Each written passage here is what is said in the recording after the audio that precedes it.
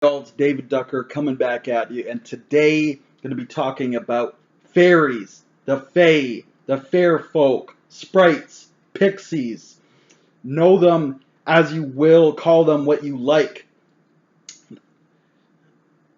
I just came up with this idea a few weeks ago. I think it's an interesting idea. It won't be to the detail of my other monster ecology videos, because I've thought, what if I don't use fairies as a race?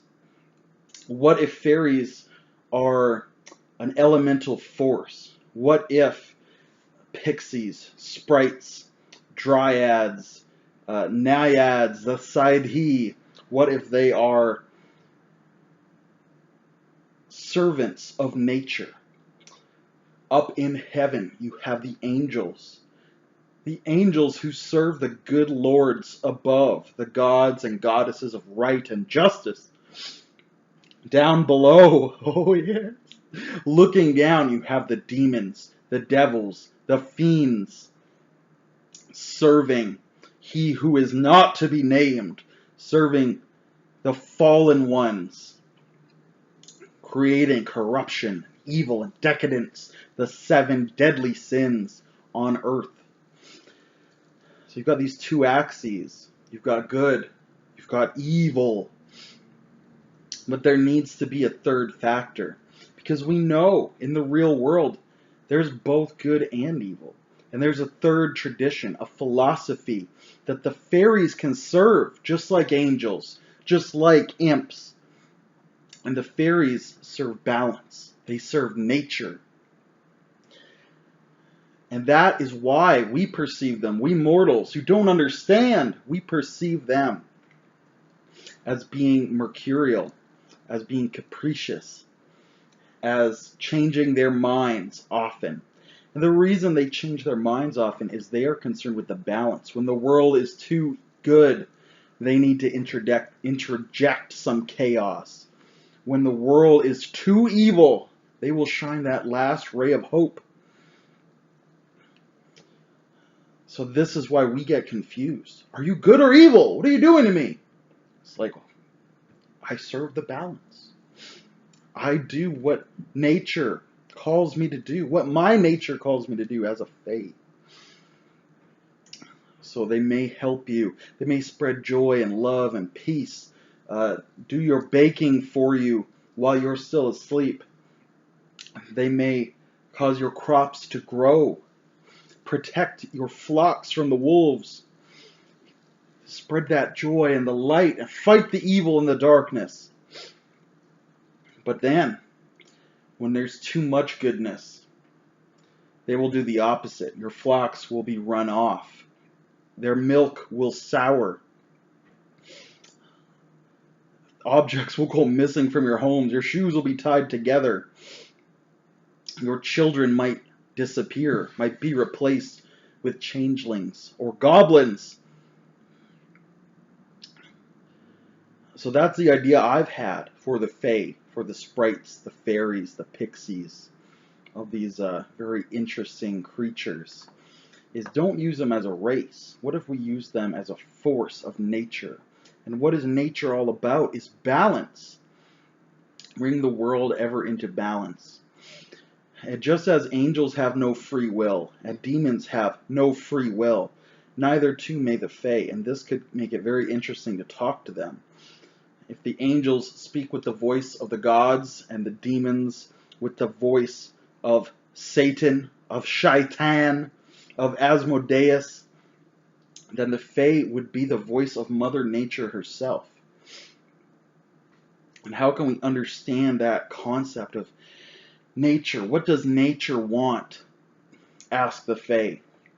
So that could be a role-playing challenge, perhaps even more so than an angel or a demon, which would be very difficult to role-play. But one worth investigating, I feel. And of course, to me, this recalls, some of the old myths. One myth in real life states that the fae, that fairies, are the descendants of the Nephilim, angels who have mated with humans and created the Nephilim, and their descendants are the fae, the fairies. They are neither good enough to get into heaven nor evil enough to be consigned to hellfire. They are in the middle. They are struggling. And that's another idea you could certainly use. That would be an interesting idea. But that would make them mortal. That would give them free will. And I think it's more interesting to have them without free will, but perhaps caught in this divine struggle, the third side of the coin, if you will, that razor's edge between good and evil. The faces of the coin and the sprites go around the outside, And of course, it springs to my mind, what if we have Judgment Day looming, the battle between heaven and hell? When one side gets enough souls, they will invade. Of course, the mortal world, the world of nature, is caught in between. If the angels come down in rapture to invade hell and destroy evil once and for all, nature will be destroyed.